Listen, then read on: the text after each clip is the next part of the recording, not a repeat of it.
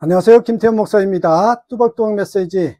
오늘부터는 우리 마음 회복 시리즈로 함께 찾아뵈고자 합니다. 오늘 첫 번째 시간입니다. 거절의 상처, 하나님은 당신을 버리지 않으셨습니다.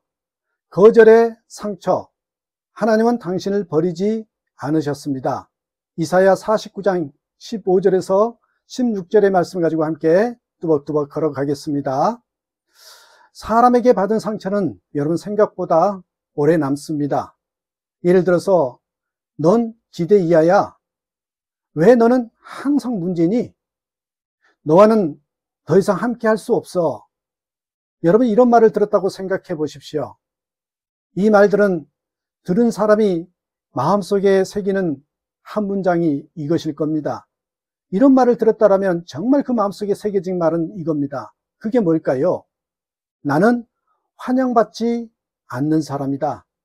나는 어디서든 환영을 못 받을 사람이라는 그것이 새겨져 버립니다. 어디에요? 마음에요.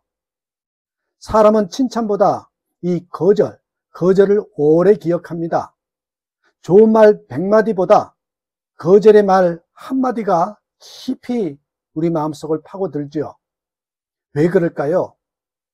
왜 그런지를 분명히 아셔야 됩니다. 거절은 단지 이 관계의 끝이 아니거든요. 거절은 단지 관계의 끝이 아니라 이 존재의 부정처럼 느껴지기 때문에 그렇습니다. 아, 나는 존재할 필요가 없는 사람이구나. 이렇게 느껴지기 때문인 거죠. 한 교실에 민수라는 아이가 있었어요. 공부도 잘하고 친구도 많은 아이였지요. 하지만 유독 체육 시간만 되면 표정이 어두워졌습니다. 요 축구팀을 짜는 시간에 친구들은 서로를 부르잖아요. 지훈이 너 우리 팀에 와. 세영이도 우리 팀에 와. 그렇게 말하는데 민수 이름은 아무도 부르지 않습니다. 항상 맨 마지막에 남지요. 그리고 나면 선생님이 말한답니다. 민수야, 민수 너는 그냥 이 팀에 들어가. 그렇게 말한다는 거죠. 그날 민수는 집에 돌아와서 책상에 조용히 일기장을 열면서 이렇게 씁니다. 나는 아무에게도 필요 없는 아이인가 보다. 그렇구나. 나는 아무에게도 필요 없는 아이구나. 여러분, 그 아이의 책상 위에는 책이 아닌 거절의 기억이 놓여 있게 된다는 것이죠. 여러분, 이 거절이라는 게 참 무서워요. 왜 그래요? 존재를 부정당하는 고통이기 때문에 그렇습니다. 사람은 누구나 사랑받고 싶어 하죠. 문제는 사랑이 아닌 무시와 외면을 경험할 때 그 상처는 단순한 슬픔이 아니라 자기 부정으로 이어진다는 것입니다. 그래서 나온 말이 뭐예요? 나는 부족해. 내가 문제였던 건가 봐.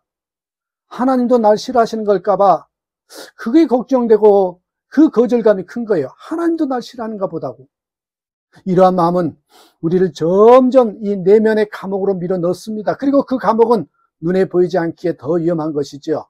그렇습니다. 거절당한 사람은 스스로를 말하는 게 뭐냐? 나는 가치 없는 존재다.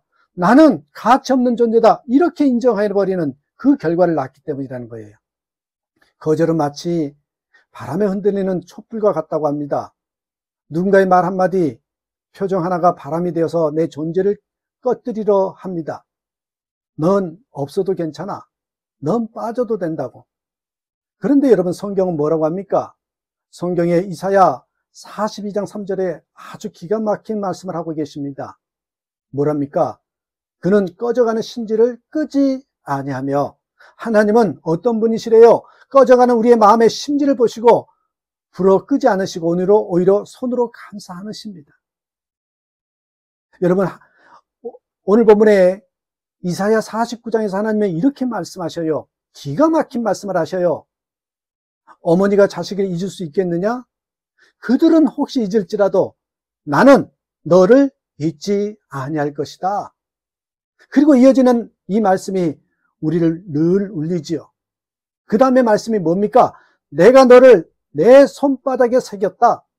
내가 너를 내 손바닥에 새겼다.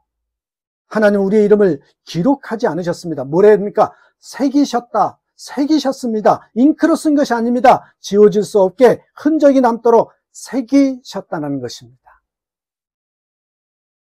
여러분, 한 노인이 병원에 실려왔습니다. 간호사가 그의 팔을 소독하려다가 문신을 보고 멈칫해요. 거기에 희미하게 써 있는데요. 은지라는 이름이 새겨져 있었습니다. 간호사가 묻지요. 이건 누구 이름이에요? 노인은 웃으면서 말합니다. 내 딸이에요. 3살 때 세상을 떠났지만 나는 잊을 수가 없어서 여기에 딸의 이름을 새겨놓았다고. 여러분, 하나님도 그렇습니다. 우리가 주님을 떠났을지라도, 우리가 스스로를 잊었을지라도 하나님은 절대 잊지 않으십니다. 우리의 이름은 주님의 손바닥에 새겨져 있습니다. 그 손에는 못자국이 뚫려 있고 그 상처가 곧 우리를 향한 하나님의 약속입니다. 그렇다면 여러분, 이 거절의 회복을 해야 되는데 어떻게 해야 될까요? 거절의 회복은 결론적으로 말씀드리면 하나님의 시선을 다시 만나는 것밖에 없습니다. 우리가 너무 오랫동안 사람들의 평가 속에 살아왔습니다. 넌 왜 그것밖에 못해? 넌 기대에 못 미쳐. 넌 안 어울려. 여러분, 이렇게 우리가 사람의 평가 속에 살아왔지만 하지만 하나님의 시선은 다릅니다. 뭐라는 줄 아십니까? 하나님이 이렇게 말씀하십니다. 넌 내 것이다. 너는 존귀하고 보배롭다. 나는 너를 버린 적이 없다. 하나님의 시선에 이렇게 말씀하신다는 거예요. 세상의 시선은 깨진 거울과 같습니다. 우리의 일그러진 모습을 비추고 부정적인 자기 이미지를 심습니다. 그러나 하나님의 말씀은 진리의 거울입니다. 우리의 본래 모습을 회복시키시고 하나님의 형상대로 창조된 있는 그대로의 나를 보여줍니다. 혹시 지금 누군가에게 거절당한 기억에 매여 있습니까? 부모의 말, 친구의 외면, 교회의 상처, 그 모든 것이 여러분을 붙잡고 있습니까? 오늘 하나님의 손을 바라보십시오. 거기에 여러분의 이름이 새겨져 있습니다. 지워지지 않습니다. 흔적이 남습니다. 그리고 그 흔적은 사랑입니다. 이렇게 한번 기도해 보십시다. 주님, 사람에게 받은 상처로 제 마음은 무너졌고 저 스스로조차 저를 미워하며 살아왔습니다. 하지만 오늘 당신의 손바닥에 제 이름이 새겨졌다는 사실을 믿음으로 받아들입니다. 그 사랑 앞에 다시 서게 하소서. 내가 누구인지 잊지 않게 하소서. 사람이 아니라 주님의 시선으로 살아가게 하소서. 다시금 주님의 시선에 집중하고 살아가는 저와 여러분 되시기를 주님의 이름으로 축복합니다. 감사합니다.